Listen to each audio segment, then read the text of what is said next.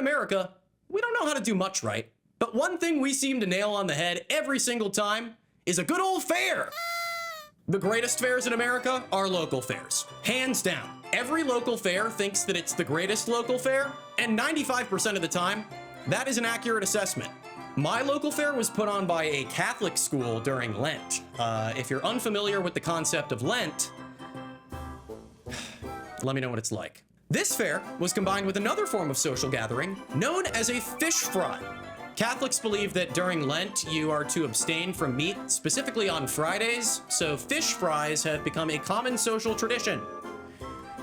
On Fridays, fun fact, the Filet-O-Fish at McDonald's was added to the menu after a Cincinnati franchise in a heavily Catholic neighborhood was struggling to sell hamburgers on Fridays during Lent. The guilt of Catholicism knows no bounds, folks. Anyway, I don't like fish, so the event itself was never that important to me. But I gotta say, every time I saw a piece of fried catfish on someone's plate, it looked like the tastiest thing on the planet. After all, isn't everything better fried? In my childhood, I would have said yes. But now I'm 26, and I consider my acid as I browse restaurant menus. So I get my fix in other ways. The State Fair of Texas is the largest fair in the world.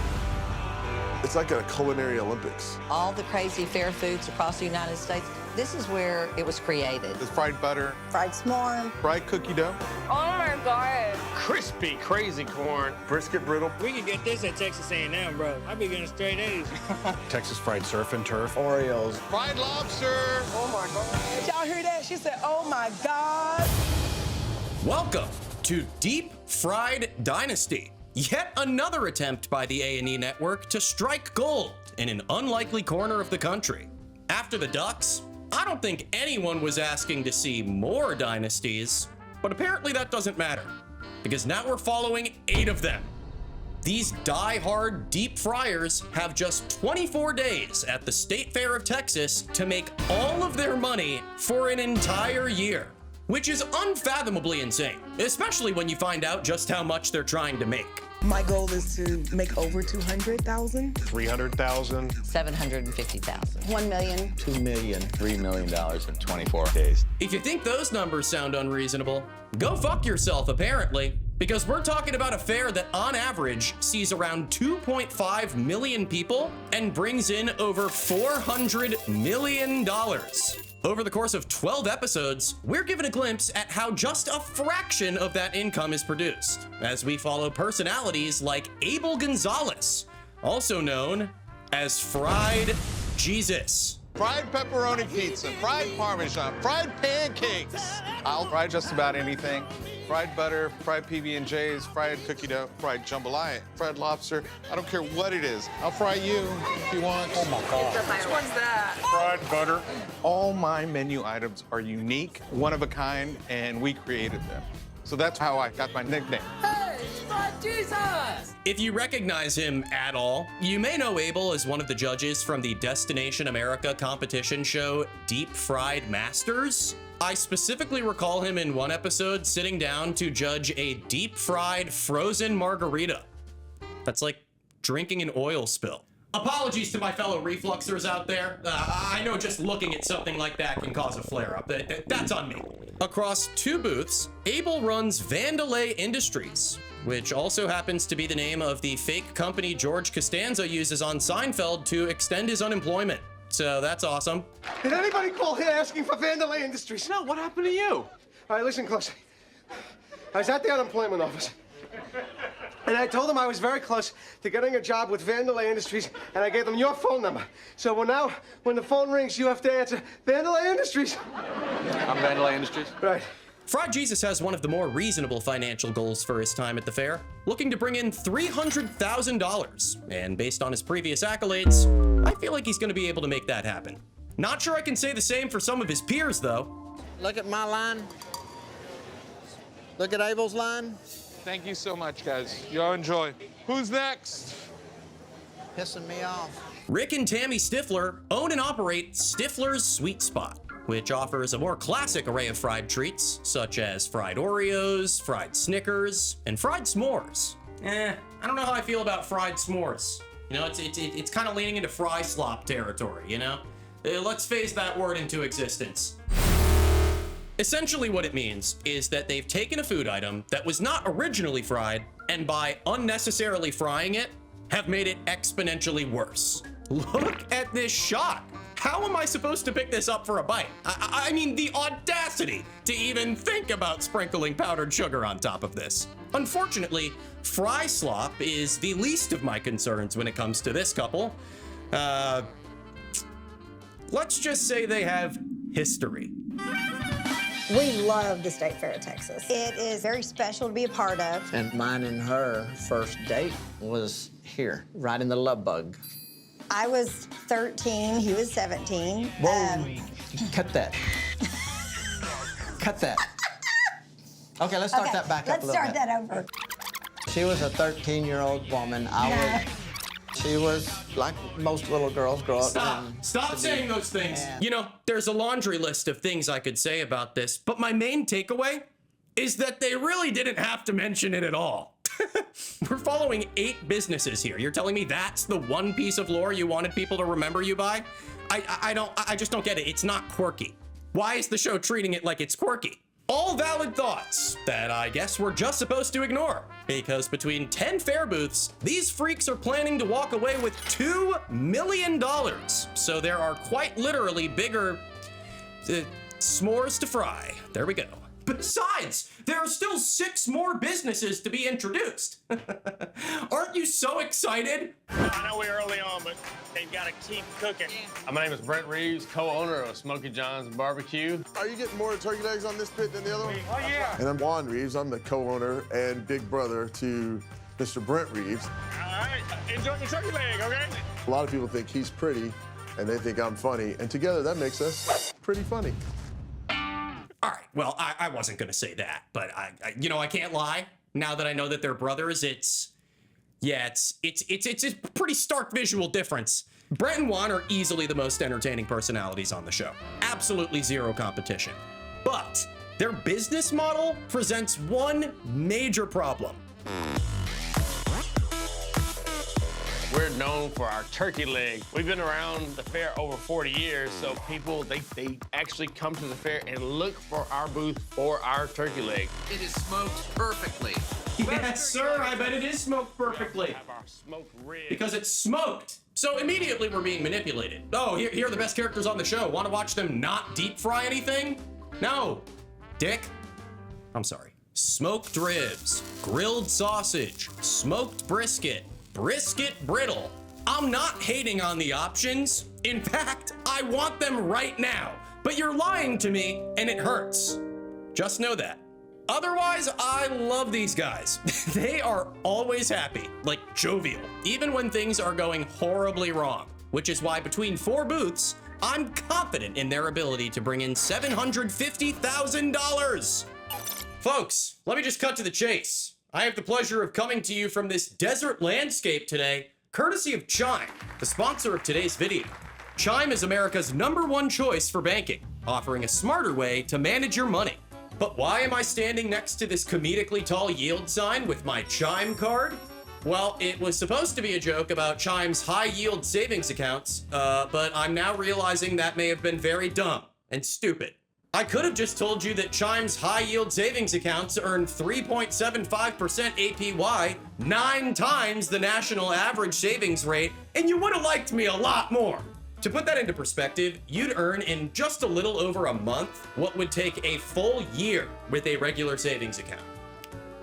High yield, baby. And the list of good only goes on. You don't get hit with overdraft fees, you can get paid up to 2 days early with direct deposit, and access over 47,000 fee-free ATMs nationwide, all while earning 5% cash back with the Chime card on a category of your choice. Gas, groceries, travel, you name it. Right now, you can earn up to $350 with a new Chime checking account by clicking the link in the description or by scanning the QR code on screen. It only takes a few minutes. I promise. Chime wants you to keep more of your money and earn on it. So join the millions who are already banking fee-free today and make sure you sign up through my link to get that $350. Thanks, Chime. Let's hear one right now. Yeah, that was a chime. Now, let's talk about what actually happens on this show. For context, each episode is around 20 minutes long, and this first one has already spent 14 of them introducing characters. But get ready, because if you came to this show hoping to see some high-stakes, business-oriented action, these next 6 minutes are going to piss you off. It's not on now? It's lunch, and we're out of turkey legs because the rotisserie is not working. What's going on? We know that it worked. Where's your plug for this? Oh, I see the problem. Yep, that's what it was. The plug popped. Bro. It's not even broken. No! Anytime something doesn't work, check the plug. To be down for 2 hours for a plug. So now just check your hot water in about 10 minutes.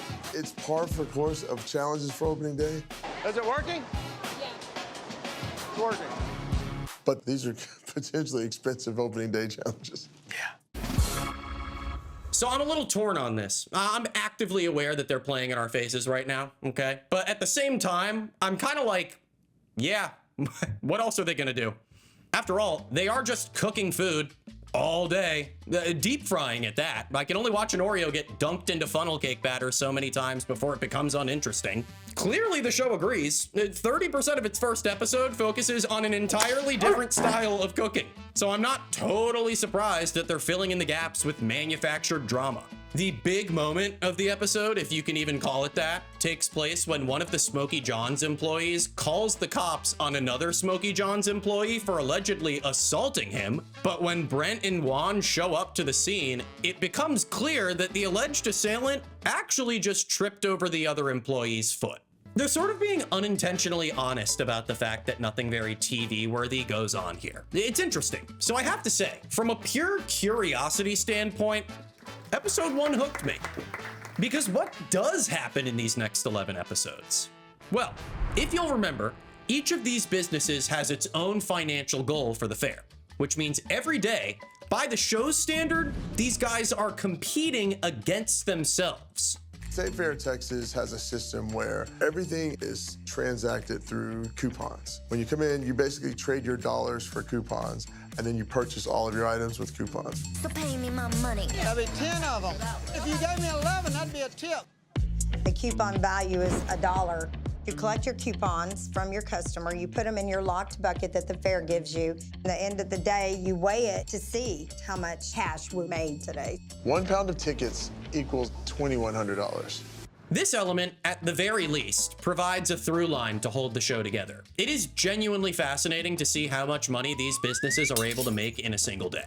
The only odd part is the narrator, who exists, by the way.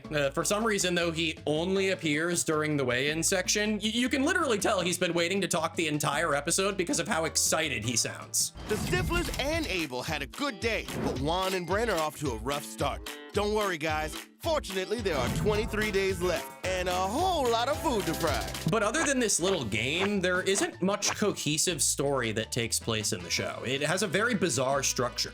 It feels like the editing team severely underestimated the amount of effort it would take to tell a story in 20-minute episodes with 8 subjects. Each episode follows 3 of the 8 businesses, so there are instances where you just won't see certain characters across multiple episodes. Abel, for example, is introduced in episode 1 and then isn't seen again until episode 5. And he's fried Jesus! Now, believe it or not, I'm okay with this, because after sitting through the entirety of the show, it would actually appear that, ironically, this story is best told through its worst assets.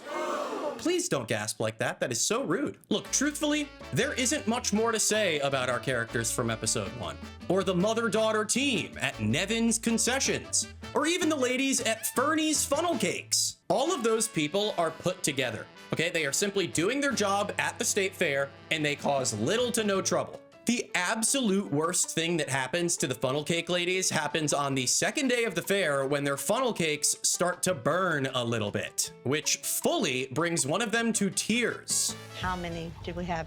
15? About 15 bags. 15 bags of 50 pounds of funnel cake mix.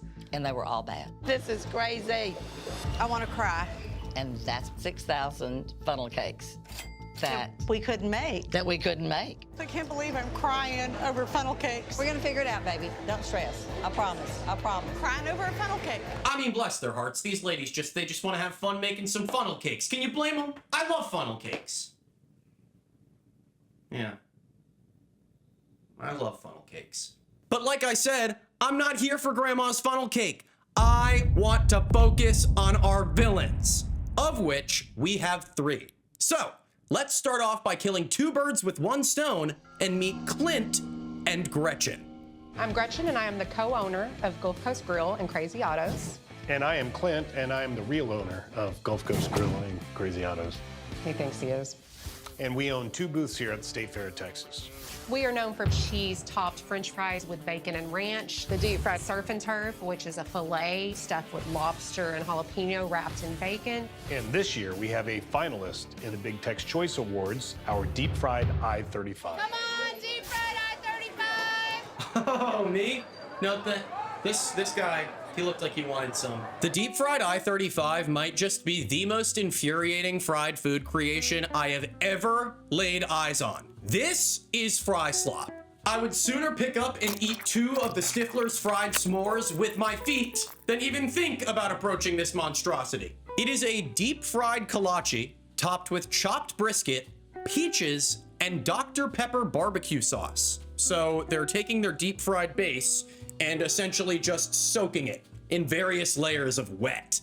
But what's most upsetting to me about the deep fried I-35 is the fact that on their own, each of the individual ingredients are delicious. These guys have somehow found a way to combine them in the worst way conceivable. To make matters worse, Clint and Gretchen's first time working together sounds like it's off to a rocky start. We have now been together 5 years as a couple. We are currently engaged. I'm getting married in March. This is my first year doing the state fair with Clinton, and we have very different styles in the business, and it's been a transition. How many forks do you need? 2. Hey, we have the forks here if they ask for them. We don't ask. How many forks do you need? He can be hard, he can be stern, and in a more like, hey, you know, let's make sure to tell people thank you and how much we appreciate them, you know, and that's just our dynamic. According to them, the I-35 was actually bred from a disagreement. Apparently, Gretchen just decided to add peaches one day and Clint didn't like it. He still doesn't like it. He can literally be seen complaining about it to customers. Gretchen came along with peaches. She added the peaches and I went. And he said no. And Personally, I think the most heinous addition is the little toothpick that they stick in the top of it. Where the fuck, why? Where is it going? There's one more thing that annoys me about them though. It's pretty minor, but I think you'll agree. Gretchen mentioned before that one of the items they're known for is cheesy bacon ranch fries. We are known for cheese-topped French fries with bacon and ranch. And that, to me, just shows your lack of skill as a fryer. I'm sorry, one of your top sellers is French fries with sauce and bacon bits? Pack it the fuck up. Do I think their goal of $350,000 between 2 booths is realistic? Honestly, hard to say. It's sort of an immediate uphill battle for them when they find out the deep fried I-35 is getting blasted in the local news. The trouble is, how do you eat this barbecue pile? We had a fork, but no knife, so we tried to pick it up and eat from the side like a pizza. Bad idea, because the peach juice drizzled out the side and made it a messy, soggy base. So we're at this point where the stakes are really high. The fact that there's already a negative review out, it kind of scares me for, you know, what that could potentially do for our sales. For context, this review is coming from a top 10 list of all the new foods at the fair, and the I-35 was ranked number 8, so it's pretty ass. I wanted to find the original article so I could see what it beat out. Looks like it ended up being favored over the brisket brittle and deep fried Halloween. What? Deep fried Halloween isn't even deep fried, by the way. It is a giant soft pretzel with marshmallow cream, candy corn, chocolate, and syrup. I can actually see why that got the number 10 spot. I also found this other article titled Exclusive Interview. Deep fried I-35 speaks out against allegations that it, quote, sounds nasty. So these guys were getting clowned across the board. Something had to be done. Any rational business owner would look at this situation and say, hey, you know, we tried something creative, but I think it's just time we pivot, go back to our roots a little bit. Clint and Gretchen are not rational.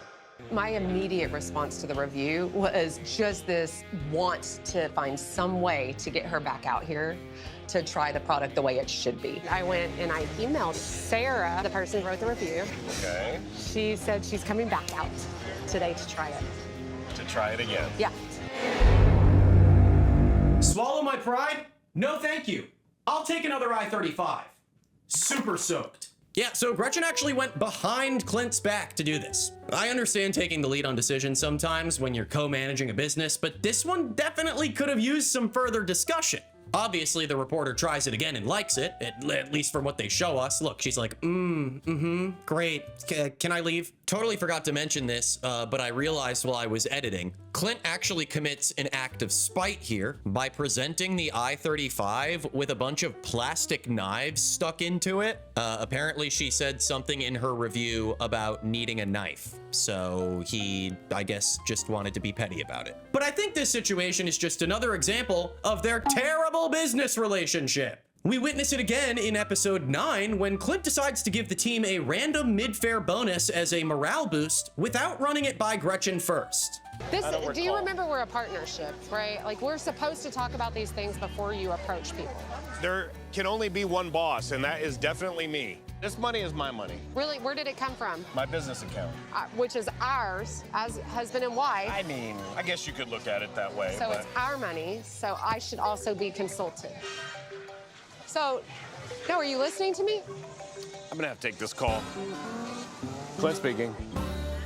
After a while, it becomes clear that production was having them ham up their disagreements for content, but they do it so much that it gets to a point where they start being completely contradictory. Like, yeah, Gretchen is right here. She needs to be consulted on these things, but that's not what happened with the reporter now, was it? And what's with this I'm the only boss shit with Clint? What are we, 12? There can only be one boss, and that is definitely me. Only a guy with that attitude is capable of coming up with the deep fried I-35.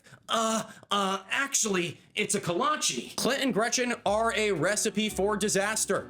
Pun intended. But to my surprise, they ended up walking away from the fair $9,000 over their goal. It's funny though, because their arc made it seem like they were headed toward nothing but utter failure. Hey, that's reality TV for you. Lying.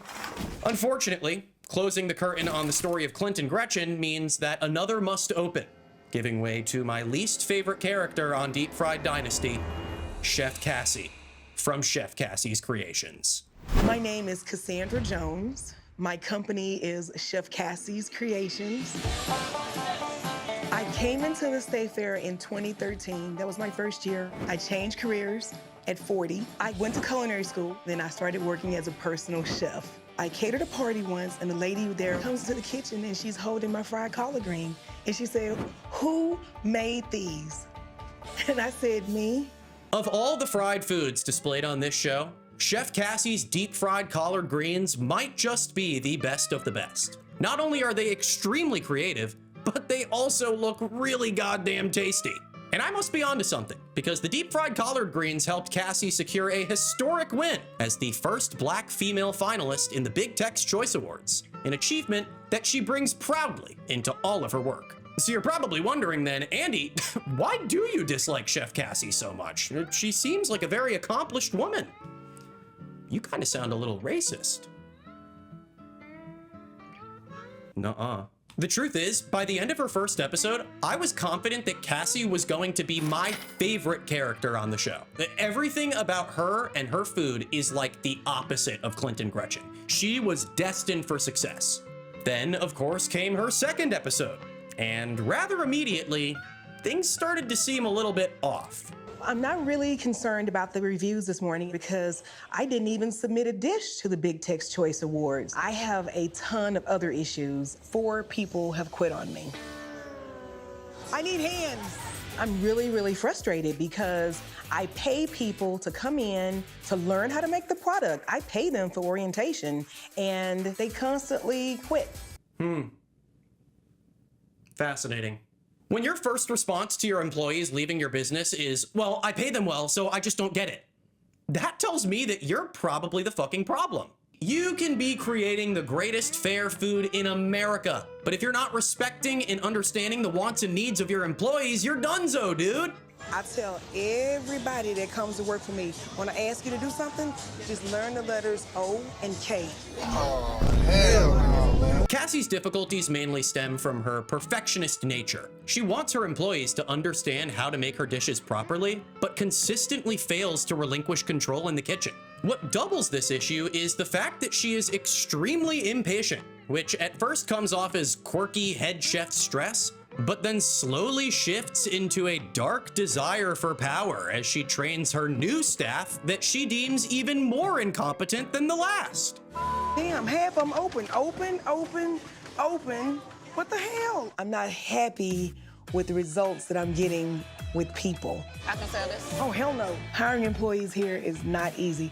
You just have to remember there's a reason they're available. Oh, hell no. That right there, that was the moment that my entire opinion of her flipped. Genuinely, what is your problem? You realize you just labeled your entire staff as poor, dumb, and desperate, right? Honestly, it sounds like someone else I know. And they only feed a military dog at night because a hungry dog is an obedient dog. Well, if we're not causing people to be hungry to work, then we're providing them with all the meals they need sitting at home. Here's the issue as I see it.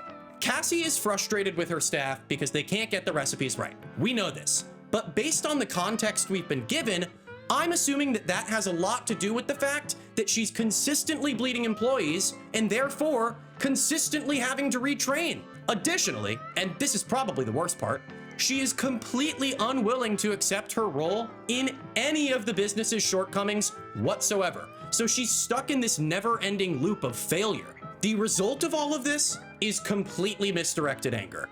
Dare I say, spite. No matter how much I teach them how to make the dumplings, they keep screwing it up.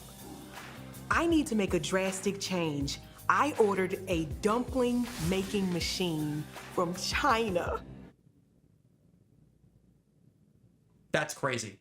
That's crazy. You know what? Let's peep the socials real quick. I'm calling AI as soon as I open that Facebook page. Hey, what do you know? AI.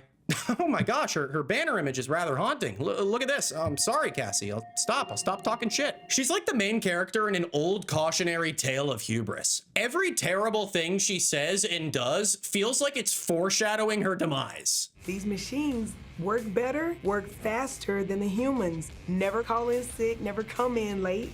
I can pump it out and I can make more money.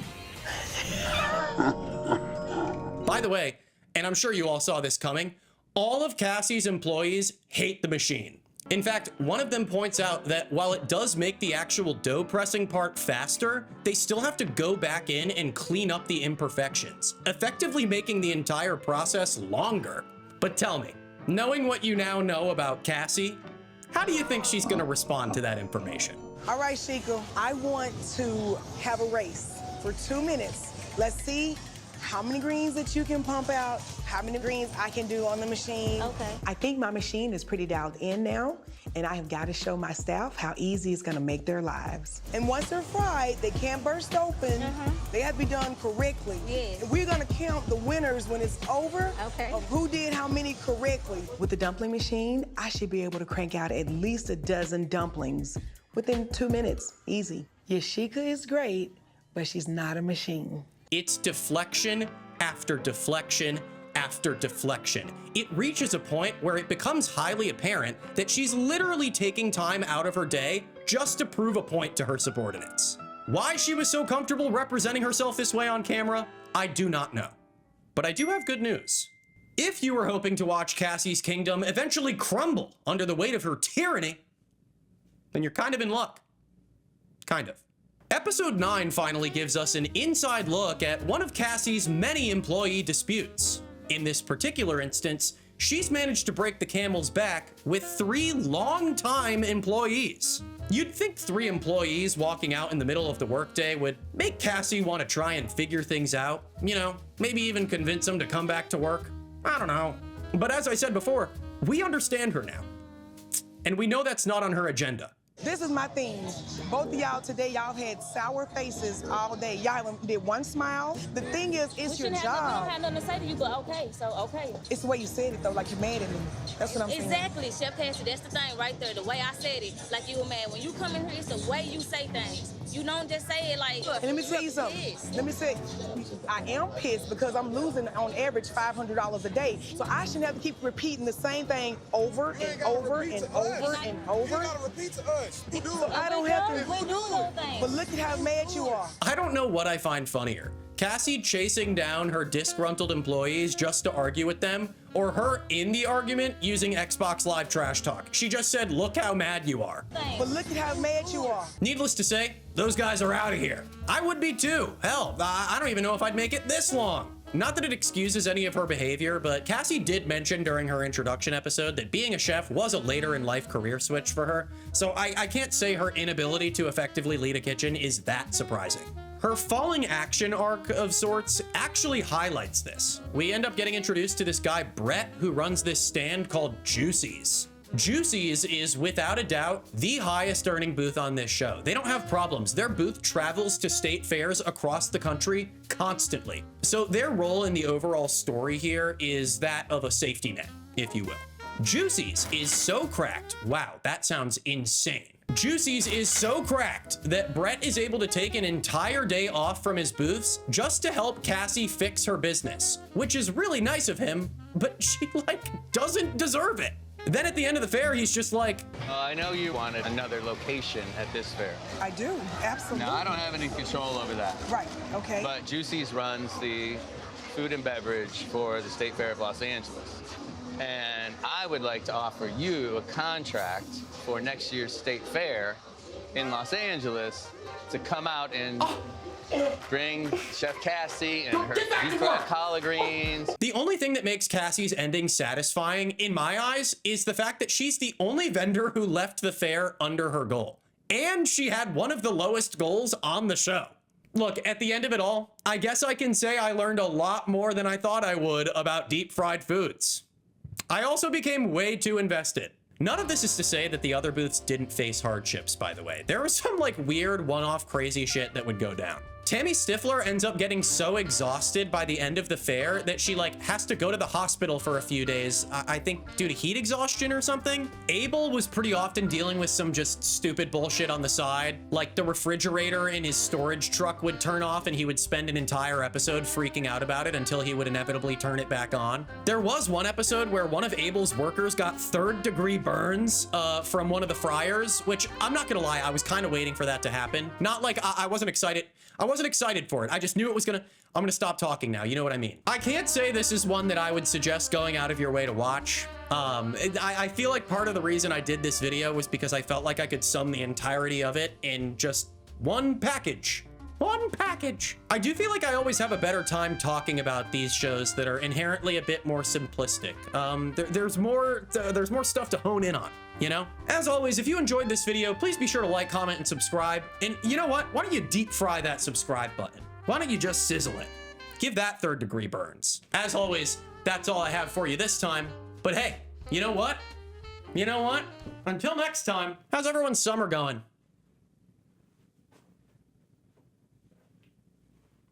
So, how's everyone's summer going?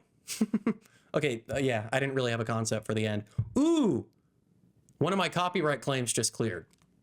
That's great. Bye, guys.